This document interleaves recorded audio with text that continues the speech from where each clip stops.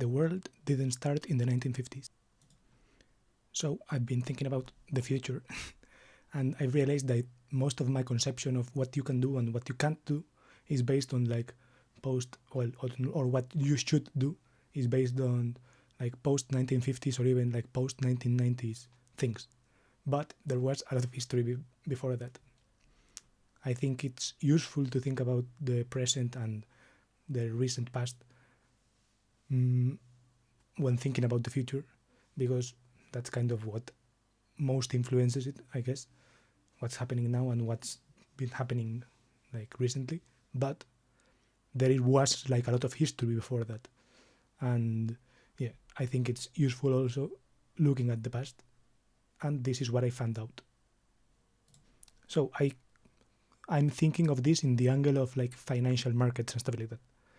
So usually when you see some kind of financial analysis or you see someone talking about, for example, index funds or that kind of stuff, they always talk about that in like starting from the 1970s from and from onward, from the 1970s onwards until now, like 50 years ago basically. Not a lot of time, but there were stock markets and stuff like that in both world wars and stuff like that. So there is an interesting paper that kind of analyzes that, and it's called The Rate of Return on Everything from the 1870s until 2015. And I thought that it was interesting. So I haven't read it in full.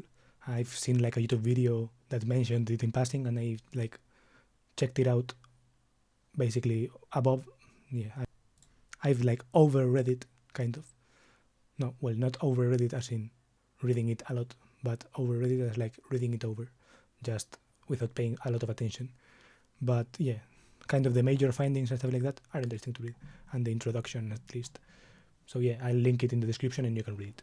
But yeah, basically, they talk about how they did all this analysis and the methodologies all there and stuff like that, and they basically kind of had to do some work. And before this paper, there wasn't a lot of things that talked about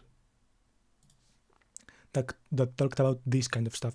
So financial returns on stuff before world wars and things like that.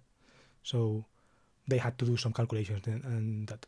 So yeah, basically they talk about how before World War II, housing outperformed equity, right? So that's interesting.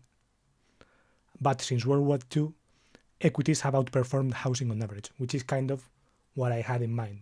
That was kind of my knowledge.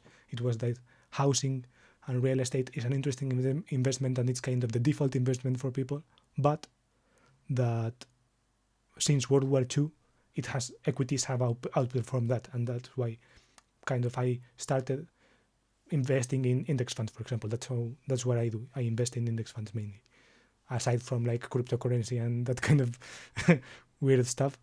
I mainly invest in index funds. So yeah, equities outperform now real estate in general, right? This is kind of overall and stuff like that. Plus equities are kind of easier to invest in than real estate, unless you're investing in equities that are based on real estate or that kind of stuff. And also that housing is way less volatile, so that's interesting. But on the other hand, basically this what's highlighted here. Housing is less volatile, but it's harder to diversify with equity, with housing, compared to with equities. Equities, you can just buy an index fund and stuff like that, or even in the olden days, I guess, you could also diversify. Then they also talk about like safe returns like bonds and stuff like that. And so whatever they say here. I didn't care a lot about that, but basically that they're low returns and stuff like that, but it's also something interesting, right? Countries and states and stuff like that have been issuing bonds and things like that since they had other names, right? The United States has always been the United States, I guess. But for example, in 1970, Spain still had Cuba, still had the Philippines, I think, for example, right? Countries were kind of different. France was like probably mega colonial. These things are kind of interesting, right? For example, these are all, this is the bonds versus bill correlations and stuff like that. These are the trends in real returns on bonds and bills. Wartime bonds minus 9%. Insane, right? War bonds minus 9% overall, right? Wartime really tanks your bonds. Here, bonds versus bills. I don't really know what are bills. I know what bonds are, but bills, those are, I don't know what it is. But yeah, moving with inflation, you can see how it moves with inflation. And yeah, these returns are abysmal, 1.50%. And these are the countries, right? All these countries, I guess, existed back then. But for example, Germany, it divided in World War II or whatever. Russia isn't here, for example, named, and Russia has been a big player in all these wars, I guess. Interesting things to think about, right? Yeah, and these are the equity and housing curves.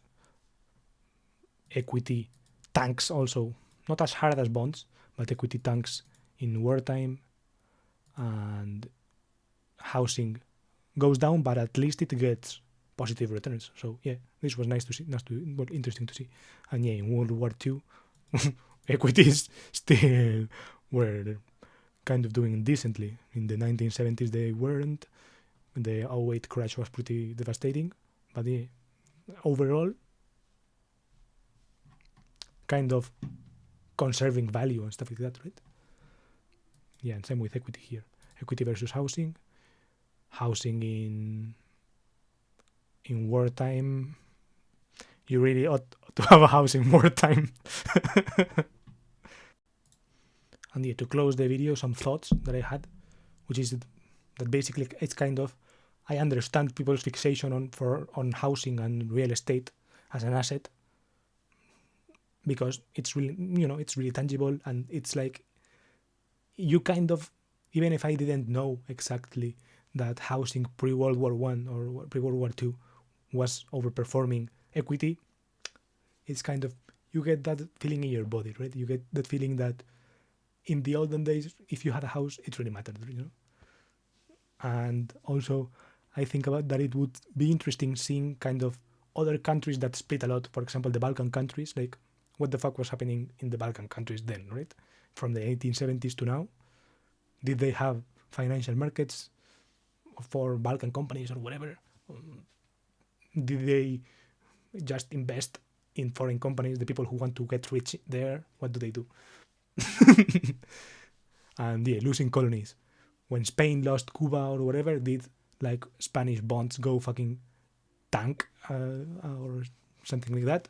Or did Cuba get its own part of the bond part?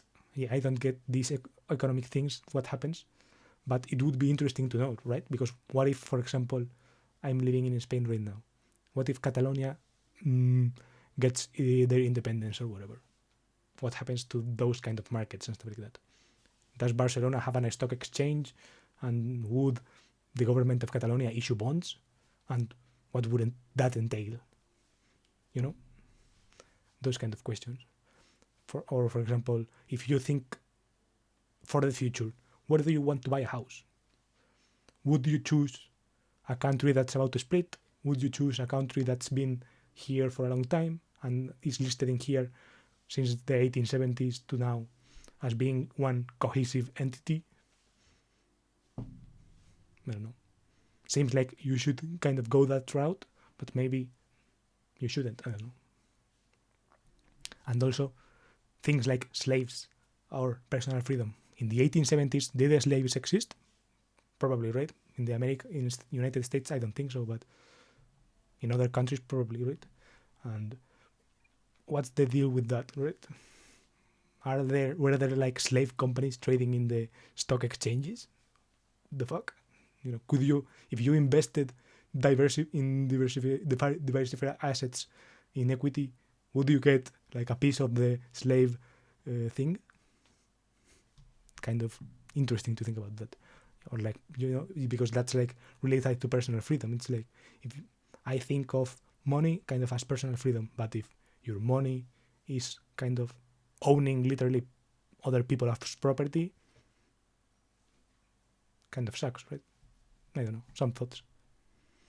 And yeah, that's basically it.